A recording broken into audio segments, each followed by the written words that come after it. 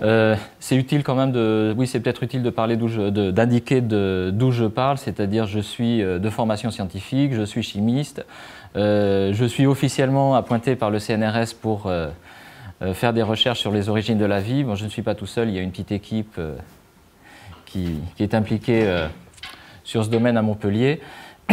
Vous remarquerez peut-être que j'ai changé légèrement la ponctuation du titre par rapport au résumé qui est publié sur le web, ce qui peut éventuellement avoir des implications sémantiques. Bon, étant donné le cadre dans lequel nous nous plaçons ici du CUR, l'origine ou l'existence de la vie, en fait, ça soulève un certain nombre de questions. J'en ai finalement dans cet exposé, je pense que je vais soulever plus de questions qu'apporter de réponses. Donc l'origine de la vie, on peut se demander, est-ce que c'est un miracle? Est-ce que c'est un prodige? Est-ce que c'est un phénomène naturel? Est-ce que c'est un phénomène explicable? Et pour des sciences expérimentales, comme corollaire, c'est est-ce que c'est un phénomène reproductible? Et finalement, est-ce que c'est une question qui relève des sciences exactes? Le fait que le CNRS finance des recherches, et j'ai oublié de préciser que même l'ANR finance des projets de recherche sur ce domaine, laisse présumer que oui, c'est une question scientifique, mais épistémologiquement, ce n'est pas forcément disons, évident. Bon, concernant en fait la question de l'origine de la vie, en fait, on fait face à un certain nombre de problématiques interdépendantes. Là, sur cette dia, j'en ai cité 3 principales, mais il y en a d'autres sous-jacentes. La question d'où vient la vie, donc la question des origines, qui peut déjà se décliner sous la forme de... Pardon. Qui peut se décliner sous la forme des commencements, ou bien sous la forme des causes, donc questionnement historique ou ontologique. Mais si on demande d'où vient la vie, il faut aussi se demander qu'est-ce que c'est que la vie, comment est-ce qu'on différencie le vivant du non-vivant, et est-ce qu'on va faire une définition de la seule vie terrestre qu'on connaît, ou bien une définition plus large. Et donc est connectée aussi la question de et la vie ailleurs ou autrement, est-ce qu'il y a de la vie extraterrestre? S'il y en a, est-ce qu'elle est identique ou est-ce qu'elle est différente de la vie terrestre?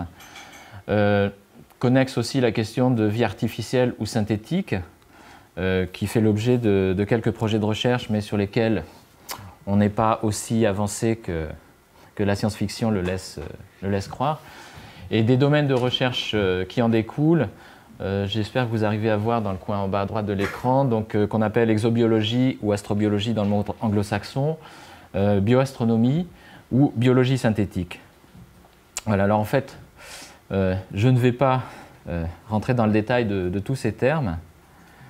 Je commence par un problème épistémologique. Si on veut définir la vie ou le vivant, alors j'utiliserai indifféremment le terme la vie ou le vivant, même si les deux termes ne sont pas forcément strictement équivalents. Donc en fait, les problèmes épistémologiques auxquels on est confronté, c'est que on essaie scientifiquement de définir un phénomène depuis l'intérieur. De l'intérieur du monde, j'ai emprunté ce titre à Michel Bidbol, c'est le titre d'un de ses ouvrages récents qui traite de la problématique de causalité et de réalité dans le paradigme quantique. Donc l'observateur humain fait partie de la biosphère terrestre. On essaie de définir de l'intérieur. On a un seul exemple sous les yeux, c'est la biosphère terrestre, qui est en fait unique dans le sens où tous les organismes vivants connus sur Terre ont la même biochimie de base. Ils fonctionnent tous avec de l'ARN et la plupart de l'ADN.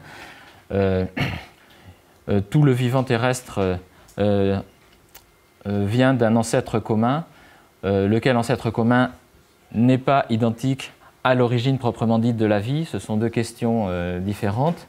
Sur la question de la vie ailleurs, malgré des recherches assez intensives, pour l'instant, on n'a aucune observation, que ce soit sur d'autres corps du système solaire ou bien sur des exoplanètes. Pour l'instant, la vie ailleurs, c'est une question ouverte. Et corollaire, comment caractériser de la vie par observation distante? Ça n'est pas non plus une question triviale. On est confronté au problème de dire qu'est-ce qu'une biosignature, quand est-ce qu'une observation serait une preuve de vie ou serait un artefact? On est confronté, enfin, les scientifiques sont confrontés à beaucoup de cas limites. Donc en fait, comment est-ce qu'on peut construire une théorie à partir d'un seul exemple? La science, a priori, est mal à l'aise pour formuler des lois générales à partir d'une observation unique ou d'observations isolées. La science s'intéresse plutôt à regrouper des collections d'observations et à en tirer des lois générales. Bon, malgré tout, on peut prendre la question sous plusieurs angles, c'est-à-dire on a une seule biosphère, mais on a une très grande diversité d'organismes vivants. Et finalement, la biologie fait quand même partie des disciplines scientifiques. Bon, là, je vous fais une petite incise. Dans les tentatives de définition de vivant, en fait, il y en a une collection assez considérable. Ici, c'est un tableau qui est prévu pour un livre, pour un support pédagogique, biologie évolutive, apparaître cette année, je pense. Mais donc, on retrouve un certain nombre de mots-clés comme évolution, adaptation, autonomie. On n'a pas de consensus unique. Et si on se place d'un point de vue philosophique, première constatation, en soi, une définition, c'est une chose purement arbitraire. C'est une formulation qui a été faite par Alfred Lotka en 1925 dans un des premiers livres qui s'intéressait aux fondements physiques de la biologie. Côté science, en fait, on a un certain nombre de définitions pratiques et opératoires construites à partir de caractéristiques qu'on considère comme essentielles. Chaque définition présente des cas limites où on peut se demander est-ce que c'est vivant ou est-ce que ça n'est pas vivant. Par exemple, les virus qui sont capables d'évoluer, qui sont capables de se propager, mais qui sont entièrement dépendants de cellules hôtes pour leur métabolisme. Un mulet qui est un être vivant, enfin intuitivement on l'admet, mais qui est stérile. La question des spores aussi ou de la vie dormante. On peut se poser aussi la question des simulations informatiques ou mécaniques, ce qu'on appelle vie artificielle qui recouvre actuellement, c'est un domaine qui recouvre essentiellement actuellement de la modélisation ou de la simulation informatique. Et côté philosophique, on se trouve plutôt face à l'impossibilité d'une définition universelle, ce que Jean-Luc Marion a formulé comme une certitude négative. En fait, essayer de définir le vivant de façon universelle pourrait avoir des implications éthiques, comme ce que Marion indiquait à propos de la définition de l'homme. Une définition, elle exclut, et qu'est-ce qu'on fait des cas qu'on exclut?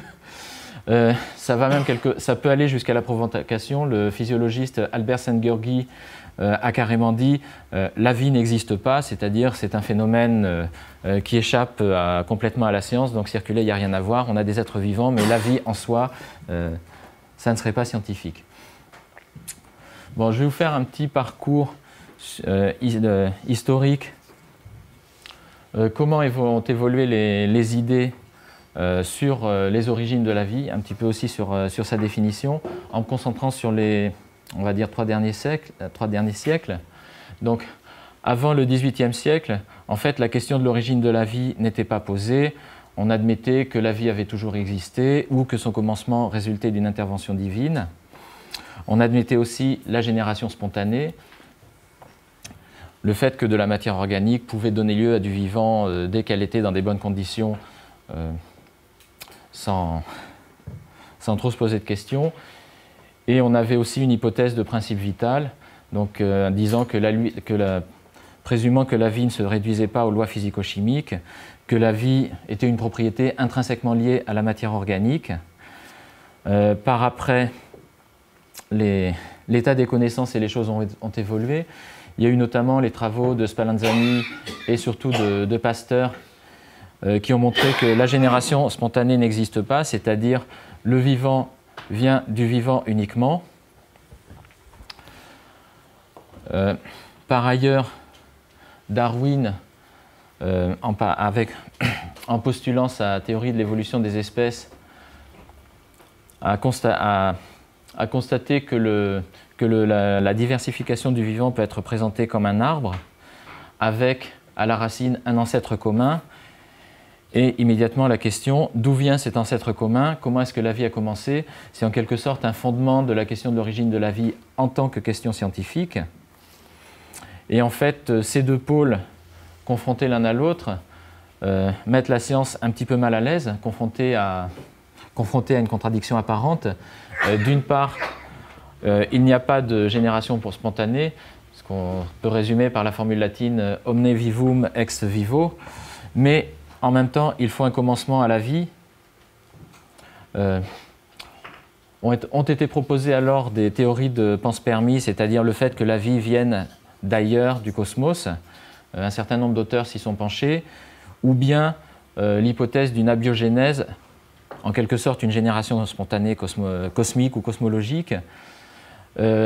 Cette dernière hypothèse étant soutenue par la présomption qu'on a affaire à un cosmos historique qui n'a pas existé de toute éternité, qui a une histoire, qui a un passé qui était probablement complètement incompatible à la vie. Ce sera exprimé plus tard sous forme de la théorie du Big Bang. Et en même temps, les hypothèses vitalistes sont mises en question. On se demande si la vie serait réductible à de la physique ou à de la chimie. La frontière entre les chimies organiques et inorganiques devient très poreuse.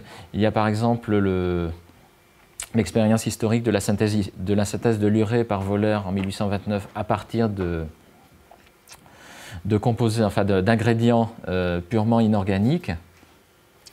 Bon, la science va continuer à progresser. Si je veux rester dans les temps, je ne détaille pas. Mais pour résumer, face à l'origine de la vie, on se trouve devant plusieurs options philosophiques qu'on peut grouper en fait en 4 principales options philosophiques. Soit l'origine ou l'existence du vivant est la conséquence d'une volonté extérieure, donc c'est l'intervention surnaturelle ou divine, ou le dessein intelligent. Deuxième hypothèse, la vie découle d'un ou de plusieurs événements hautement improbables. C'est l'hypothèse du hasard extraordinaire, qu'on pourrait appeler du prodige, c'est-à-dire un événement isolé, inexplicable, dans lequel la contingence joue un très grand rôle. Troisième position possible, c'est de dire que la vie découle est la conséquence d'un ou de plusieurs principes inconnus qui resteraient éventuellement à découvrir ou à formaliser. Donc dans ce cadre, on peut ranger les hypothèses vitalistes, et en fait il y a peut-être plutôt des vitalismes qu'un vitalisme. Il y a un certain nombre de vitalismes mystiques, mais il y a eu aussi au XVIIIe et XIXe siècle un courant vitaliste scientifique qui essayait de trouver des fondements rationnels à la nature et à l'histoire du vivant. Le vitalisme scientifique en fait est actuellement dépassé parce que la formalisation de la thermodynamique en fait a donné un cadre formel et théorique beaucoup plus efficace et beaucoup plus pratique pour penser ces questions. Donc dernière position philosophique possible, c'est de considérer que l'apparition de la vie soit la conséquence de lois connues de la physique et de la chimie. J'aurais dû mettre de la chimie entre parenthèses. En se situant dans un contexte environnemental favorable, à ce moment-là, on considérerait l'apparition du vivant comme un phénomène naturel, c'est-à-dire, entre guillemets, raisonnablement fréquent à partir du moment où les conditions peuvent être réunies. C'est dans ce cadre que je place l'hypothèse d'abiogénèse. Et si on a un phénomène naturel, il s'agit d'identifier ses forces motrices. C'est l'objet d'un certain nombre de recherches en cours. Et si on se situe dans le cadre d'une démarche scientifique expérimentale, en fait, la quatrième position philosophique est la seule qui nous soit accessible. Les autres options philosophiques, en fait, sont hors du domaine de la science. Elles relèvent de la philosophie, de la théologie. Elles ont leur légitimité propre dans leur domaine, mais la science expérimentale, en fait, ne peut pas se prononcer sur ces questions. Une autre façon de formuler le problème abruptement, c'est de dire la science n'est pas là pour démontrer que Dieu existe ou que Dieu n'existe pas, ce sont des problématiques orthogonales. C'est ce que Laplace avait résumé en répondant à une question de Napoléon Ier. Je n'ai pas eu besoin de l'hypothèse de Dieu pour formuler mes théories. Donc, on revient à la question fondamentale, qu'est-ce que la vie? Puisque origine de la vie, nature de la vie sont intrinsèquement liées. C'est un questionnement en fait, qui a traversé un certain nombre de réflexions scientifiques et on peut noter en particulier le livre de Schrödinger, Qu'est-ce que la vie? C'était le point de vue de la physique, il est sous-titré De la physique à la biologie. Un avatar récent paru en 2012 par un collègue israélien, également chimiste, qui n'est pas encore traduit en français, Qu'est-ce que la vie? Comment la chimie devient biologie? Disons, ça brosse à gros traits le cadre dans lequel on se situe dans notre démarche scientifique. Pour essayer de comprendre ou de dire qu'est-ce que la vie, on s'attache donc à identifier des caractéristiques propres à la matière vivante et on constate un certain nombre de propriétés spécifiques, notamment la complexité, l'organisation structurale, l'autonomie dans le sens de la capacité à prélever depuis l'environnement des substrats et de l'énergie, la téléonomie, c'est-à-dire une finalité apparente des organismes vivants ou de leurs composants sans être capable d'identifier un Deus ex machina qui fixe la finalité. Un point très essentiel, c'est la reproduction, le fait qu'une cellule pourra donner lieu à deux cellules identiques ou presque. Au niveau de l'individu, ça correspond à une croissance exponentielle. Au niveau collectif, ça correspond à la persistance ou à la croissance d'une population. Cette notion de reproduction est essentielle parce qu'elle induit une dynamique qui est tout à fait différente de ce qu'on a l'habitude de voir quand on considère uniquement des objets physiques en quelque sorte inanimés. Une dernière caractéristique essentielle du vivant, c'est l'évolution. Donc pris au sens d'un individu, c'est le développement de l'organisme. Pris au sens d'une population, c'est l'évolution des caractéristiques. Et c'est là le sens de l'évolution darwinienne. On peut se résumer en quelque sorte, le rêve de toute cellule, c'est de devenir deux cellules.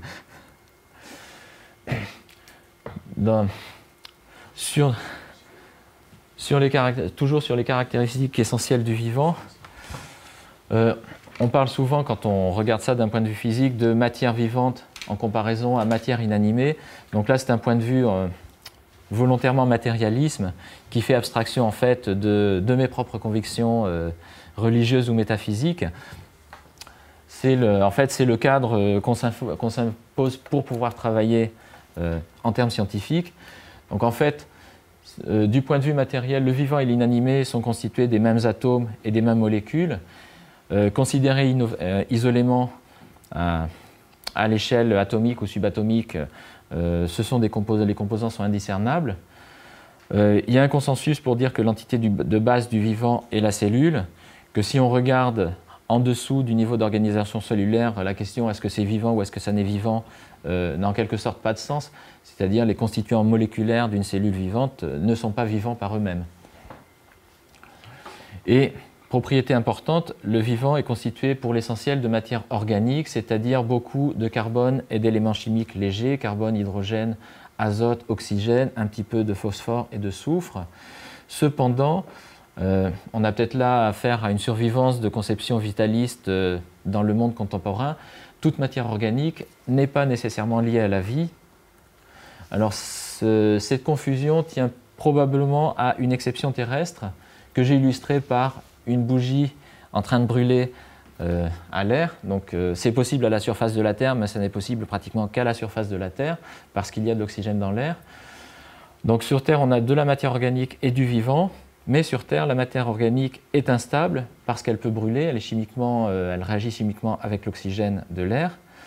Il y a aussi du vivant sur Terre qui consomme et recycle la matière organique disponible en permanence. Mais la présence d'oxygène dans l'atmosphère terrestre, c'est une conséquence directe de la présence de la vie, et ça n'a pas toujours été le cas. Sur Terre primitive, il y a 3 milliards et quelques d'années, selon ce qu'on a pu déduire des enregistrements géologiques, en fait, l'atmosphère était pratiquement dépourvue d'oxygène, et le vivant fonctionnait sans oxygène moléculaire. L'oxygène, en fait, d'ailleurs, à haute dose, est toxique pour presque toutes les formes de vie terrestre. Et pour conclure là-dessus, ailleurs dans l'univers, en fait, il y a de la matière organique qui est d'origine abiotique, c'est-à-dire dont la formation n'est pas du tout liée à de la vie présente ou passée, et il y a même énormément de matière organique. On l'observe dans des nuages moléculaires, on l'observe sur des comètes. On a l'exemple de la comète Churyumov-Gerasimenko sur laquelle la sonde Rosetta fait des observations actuelles. C'est en fait un bloc de charbon avec beaucoup de composés organiques. On a des atmosphères planétaires, par exemple Titan, un des satellites de la planète Saturne. On a des météorites qu'on peut observer et analyser quand elles tombent sur Terre. Bon, c'est de la matière organique qui n'est pas liée à la vie. Là, je fais une incise en chimie parce qu'elle est inactivée. Elle est en quelque sorte au congélateur. En l'état, donc inactivée, elle est inapte à favoriser de l'émergence du vivant, sauf si elle est réactivée par des événements extérieurs, c'est-à-dire des chocs, des surchauffes, de l'exposition à des rayonnements intenses. Et pour résumer, la formation abiotique de matière organique, ça n'est pas forcément la même chose que la biogénèse, comprise au sens processus d'apparition du vivant à partir de la matière inanimée. Donc en fait, j'en viens sur cette question de la biogénèse, prise comme une question scientifique.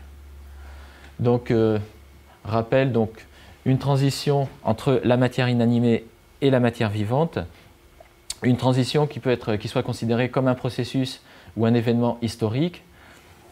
Donc c'est la question du commencement de la vie dans un monde où il n'y aurait que de la matière inanimée. On le situe sur Terre par commodité, mais si on le situe ailleurs, en fait, le problème est le même. Si on est dans le paradigme d'un cosmos qui n'est pas éternel, qui a commencé par un Big Bang, c'est-à-dire un état très dense, très chaud, très homogène, très peu organisé, où la vie dans sa forme actuelle n'est pas possible, il a fallu que ça commence par la suite, lorsque le cosmos est suffisamment refroidi. Bon, abiogénèse ou origine de la vie, on la considère aussi dans le cadre de nos études comme un phénomène naturel, c'est-à-dire qu'il soit la conséquence de lois connues de la physique pris dans un contexte favorable, et donc on tente d'identifier les principes sous-jacents de ce processus ou de ce phénomène, et d'identifier des forces motrices. D'un point de vue ontologique, ça revient à essayer d'identifier des fondements physiques et chimiques à la biologie. C'est une question qui n'est pas résolue et qui n'est pas triviale. La chimie, en tant que discipline académique, se situe à la charnière, puisque c'est au niveau chimique que commence à se dessiner la frontière entre vivant et non-vivant. Comme je disais avant, en dessous du niveau chimique, les choses sont les mêmes. Au-dessus du niveau chimique, on a des différences absolument considérables. Et la chimie joue un rôle charnière. Donc la question, c'est comment est-ce que la chimie devient la biologie? Alors, je ne vais pas y répondre durant ce séminaire. Il y a déjà des travaux scientifiques, des lectures possibles pour approfondir cette question, et surtout beaucoup de travaux en cours. Donc l'état des connaissances, on dirait, change au jour le jour. Le problème auquel on est confronté quand on considère la biogénèse comme processus historique, c'est que l'origine nous échappe, c'est-à-dire l'histoire des commencements de la vie sur Terre est en très grande partie effacée. Le vivant, son substrat, c'est de la matière organique. La matière organique à la surface de la Terre est instable, surtout sur des périodes géologiques. Et donc, de l'époque où la vie est apparue sur Terre, qu'on situe à entre 3,5 et 4 milliards d'années avant notre ère, de cette époque-là subsistent des minéraux, mais absolument pas de matière organique.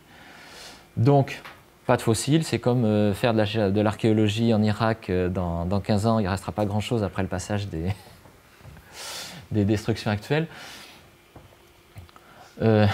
Par contre, ce qu'on peut, c'est interroger la biochimie, c'est-à-dire essayer de comprendre les fondements de la biochimie des organismes vivants, de leur socle commun, et d'essayer de relier ça à ce qu'on peut analyser ou expérimenter en chimie de laboratoire. Donc, face à cette aporie historique, on va tenter de construire ou reconstruire des scénarios plausibles d'évolution de l'inanimé vers le vivant. Donc, en fait, la question du quand se déplace au comment est-ce que, non pas quand est-ce que ça s'est produit, mais comment est-ce que ça peut se produire. Donc essayer d'identifier des environnements favorables, notamment par exemple la Terre primitive. Est-ce que la Terre primitive était un environnement effectivement favorable? Identifier des conditions nécessaires en termes de substrat, de matière organique, mais aussi d'énergie, de conditions ou de processus d'auto-organisation. Ça passe aussi par construire des modèles en laboratoire.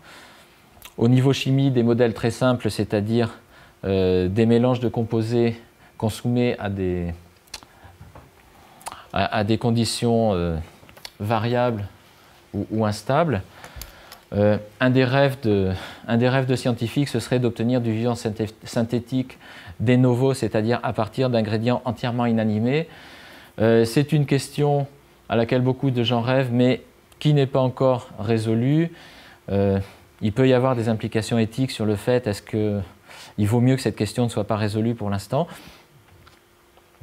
Mais c'est des domaines sur lesquels s'intéresse la chimie des systèmes ou la biologie de synthèse.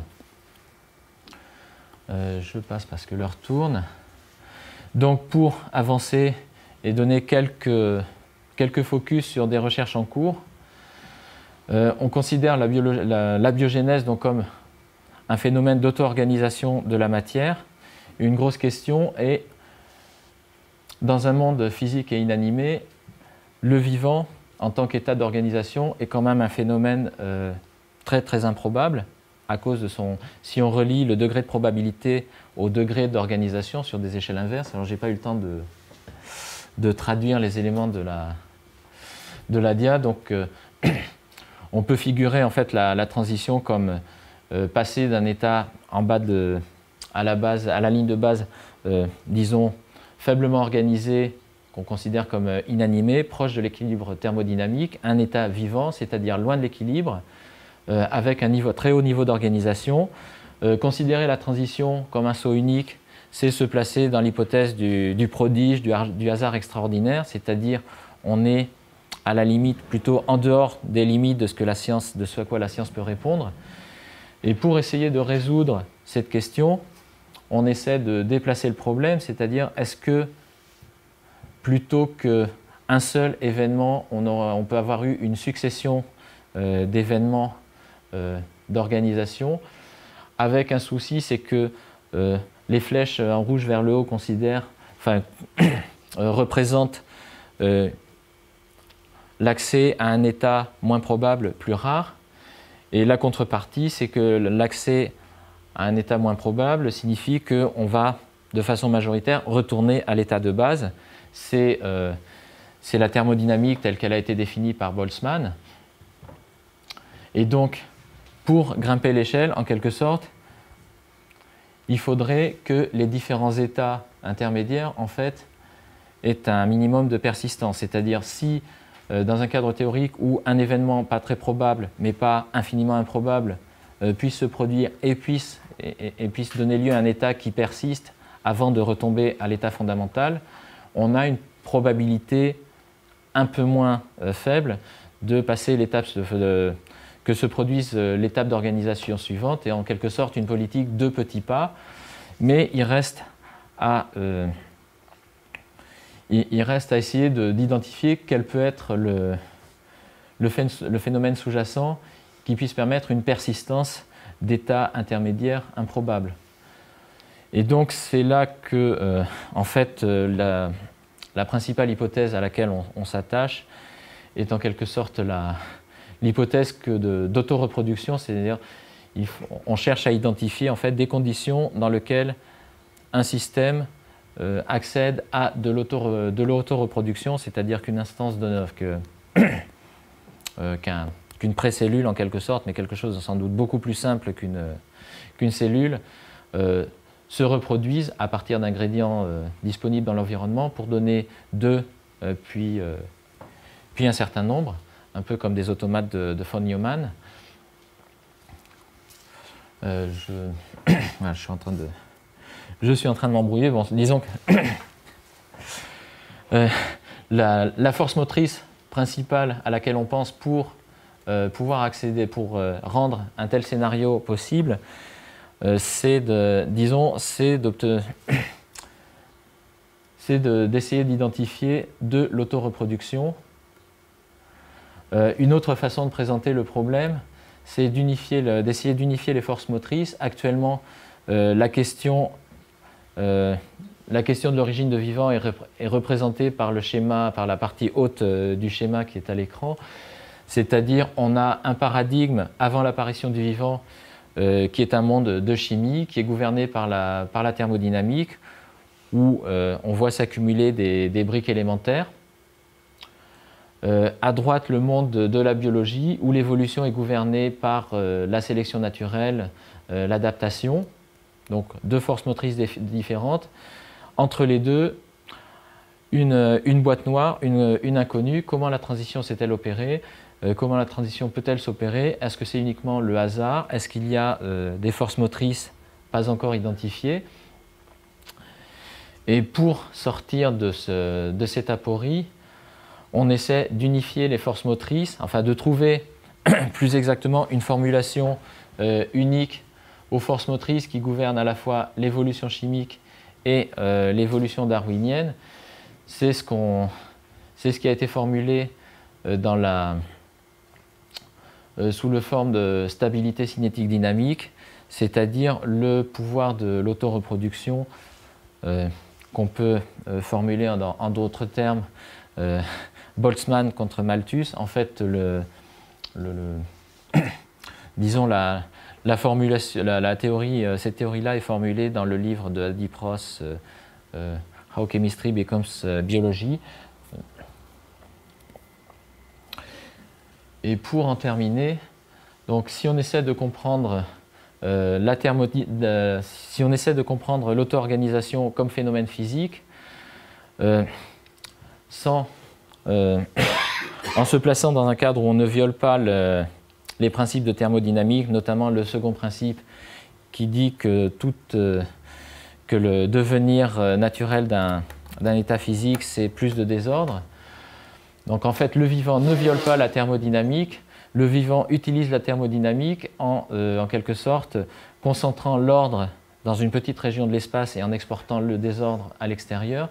Donc formulé en termes de physique et de chimie, c'est utiliser, consommer de l'énergie des substrats très ordonnés, très activés, utiliser de l'énergie libre et exporter à l'extérieur de l'énergie dispersée, on pourrait appeler de l'énergie non libre, même si le terme n'a pas été formulé de façon scientifique. Donc le vivant fait ça tout le temps. Et l'objet des recherches actuelles, c'est de comprendre comment est-ce que un système inanimé peut arriver à voir ce genre de phénomène se mettre en place. Bon, pour résumer, on peut dire il n'y a pas de vie bonne sans énergie libre. Il n'y a pas non plus de bonne origine de la vie sans énergie libre. Actuellement, les recherches sur les origines, après s'être focalisées pendant très longtemps sur la formation des briques, ce qu'on appelle la chimie prébiotique, la fameuse expérience de Stanley Miller, actuellement, on s'aperçoit qu'il faut comprendre aussi comment l'énergie circule, d'où il vient, quelle forme d'énergie est compatible avec l'émergence du vivant. Et ça n'est pas toutes les formes d'énergie disponibles, donc ça donne lieu à beaucoup de débats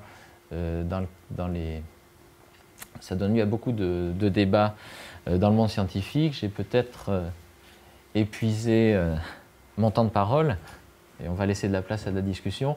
Bon, pour des lectures complémentaires, notamment sur la question de l'origine de la vie, tout est résumé dans ce livre, Le Soleil, la Terre et la vie.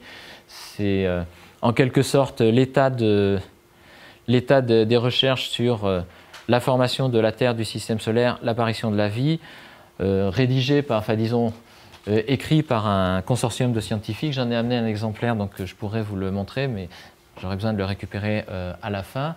Et ce livre a été aussi traduit en anglais, édité chez Springer. Bon, on ne peut pas faire un séminaire sans remercier quelques collègues parce que ça n'est pas un travail d'une personne isolée, c'est un travail d'équipe de recherche, de réseau. Donc en premier lieu, mon collègue Robert Pascal qui anime la thématique origine de la vie à Montpellier. Nous avons quelques doctorants présents et anciens, des collègues notamment Adi Pross avec lequel on travaille et qui est à l'origine d'hypothèses très prometteuses qu'on essaie de mettre en musique d'un point de vue expérimental. L'origine de la vie, c'est aussi des sociétés savantes, notamment la Société française d'exobiologie, des congrès internationaux, dont un qui a eu lieu à Montpellier il y a bientôt 4 ans. C'est aussi des